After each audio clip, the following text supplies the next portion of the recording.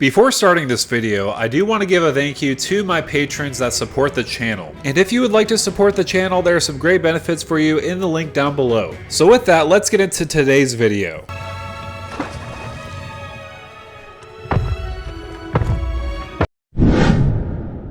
I'm alive.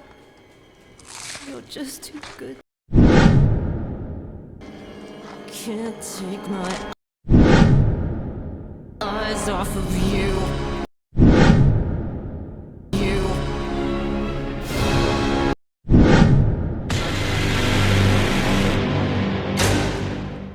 What's going on YouTube? This is Devin coming back at you with another video today on PubStomp MTG. Today I'm going to go over Syr Ginger the Meal Ender. So for 2 mana as a legendary artifact creature, Food Knight. Syr Ginger has the abilities of Trample and Hexproof and Haste as long as an opponent controls a Planeswalker. Very fitting because Ginger literally had her husband ripped off from her from Garruk. So having all that built up anger to a Planeswalker is pretty fitting. Also on top of that, whenever another artifact you control is put into a graveyard from the battlefield, put a 1/1 counter on Syr Ginger and scry 1.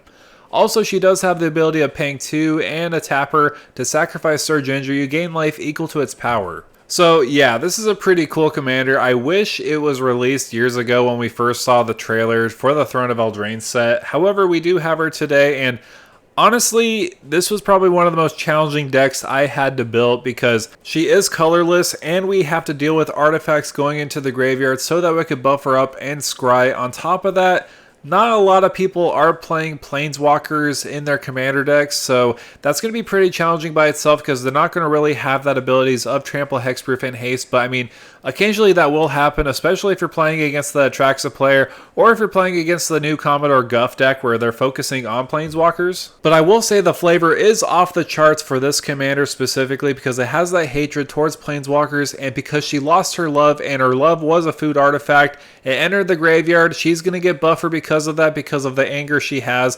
Also, she will scry, and on top of that, you can get some life gain based off of her power that she gained. So first of all, I did want to talk about some food options because mainly this is a food commander specifically. I mean, I know technically she doesn't deal with food. However, I did want to add some thematic playability in this deck with some food. So for example, I did think of Golden Egg and Lembas. Because our commander cares about artifacts going to the graveyard, these are absolutely perfect because they'll enter the battlefield to both draw a card, and also with Lembas will scry 1. But on top of that, you could sacrifice them so that you could gain 3 life. Also in the same scenario, you could also scry 1, and also you could put a 1/1 counter on Ginger to make her beefier on the battlefield. But of course, we did have to have another gingerbread man in the deck like Gingerbrute. So for 1 mana, it does have haste, and you have ability where you could pay 1. It can't be blocked this turn except by creatures with haste. That is pretty relevant in most cases, especially because in this deck, a little bit of a spoiler alert for later on in the video, we want to make sure Syr Ginger gets her revenge, so we want to make sure we have anything in our arsenal to do so. And if we want to attach any of the equipment onto Gingerbrute, more the merrier. Plus, honestly, if anything else later on, if we feel like we need to buff up our commander a little bit more, we have that pay 2 and tap it ability so that you could gain 3 life. Also, if you do have Syr Ginger on the battlefield, you could buff her up and also scry 1. We do also have other artifacts that we could sacrifice so that we could buff up Syr Ginger and also scry. So we do have cards like Moonsilver Key, Expedition Map, and Hope of Girfer. All these have that advantage. For example, Moonsilver Key will search for an artifact card or a basic land and put it into your hand. With Expedition Map, you'll search for a land and put it into your hand. And with Hope of Girfer, you can sacrifice it until your next turn. Target player who is dealt combat damage by Hope of Girfer this turn can't cast non-creature spells. So just in case if you think somebody's going to be countering your spells, you could swing in with Hope of Girfer, sacrifices so that you could buff up your commander, and on top of that, you don't have to worry about something being countered later on. Also, if you are putting 1/1 counters on your commander, you're going to also benefit by getting Omerthus Ghostfire Initiate on the battlefield, mainly because it enters the battlefield with X 1/1 counters on it, depending on how much you paid into it. Also, he does have the ability whenever you put 1 or more 1/1 counters on another colorless creature, you may put 1/1 counter on Omerthus. So first of all, before I read that last ability, so when you put a 1/1 counter on your commander because an artifact went to the graveyard, you're going to also put a 1/1 counter on Omerthus, and if you do have Omerthus die, you manifest the number of cards from the top of your library equal to the number of counters on it. So if you have this and the commander out on the battlefield, you're just going to be putting more 1/1 counters on this so that later on you can manifest and have a big army on the battlefield. So this is pretty good overall in the deck in my opinion. So I did touch on artifacts that sacrifice themselves, so they have that built-in sacrifice ability. However, we do want to have additional value by having artifacts that will sacrifice other artifacts. So the first card I do want to mention is Throne of Geth, mainly because it's 2 mana and you can tap it to sacrifice an artifact and you proliferate. So when you do sacrifice that artifact, you'll put a 1/1 counter on your commander, then you could proliferate to put another 1/1 counter on your commander on top of that. So this is going to provide a lot of value, just mainly because you want to keep sacrificing artifacts, so later on you could buff up your commander and then buff it up again with the proliferate ability. So I do feel like this is going to put a lot of work in the deck, mainly because we want to keep buffing up our commander. Another card I do want to mention is Arcbound Ravager.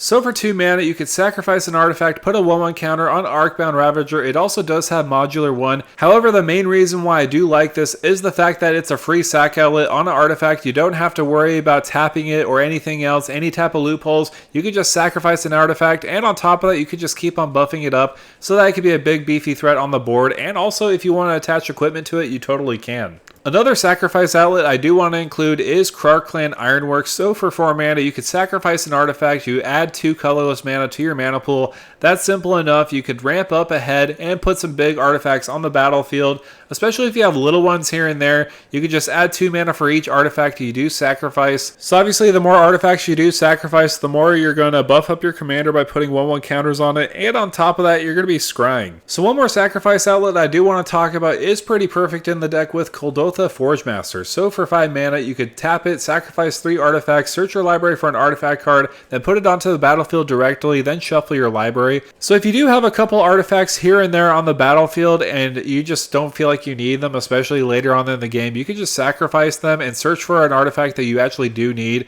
So for example, if you do have an equipment you do want to attach to your commander, you could easily do so by having Kuldotha Forgemaster on the battlefield so that you could tutor for it and put it directly on the battlefield so that you could attach it later on. Speaking of equipment, because we are in a colorless deck, we may be limited in some things, but equipment we are definitely not limited on because some of the best equipment are colorless. So for example, we do have Brasquire. I did want to mention this first before we do get into the equipment, mainly because it has that tap ability. Attach target equipment you control to a target creature you control. So you don't have to worry about the costs at all when you're attaching equipments to your creatures, especially to your commander. This is a great way of doing so that you could cheat equipments by putting them to another card. So the first equipment I do want to talk about is Bilbo's Ring. It's a pretty good equipment overall, as long as your turn equipped creature has hexproof and can't be blocked. So first of all, let's just stop right there because I feel like that's a very important ability of having hexproof, because a lot of people may want to remove our commander, especially if it's extra beefy and it may be a threat on the table for commander lethal damage. So having hexproof on our turn is pretty viable, and on top of that, it can't be blocked.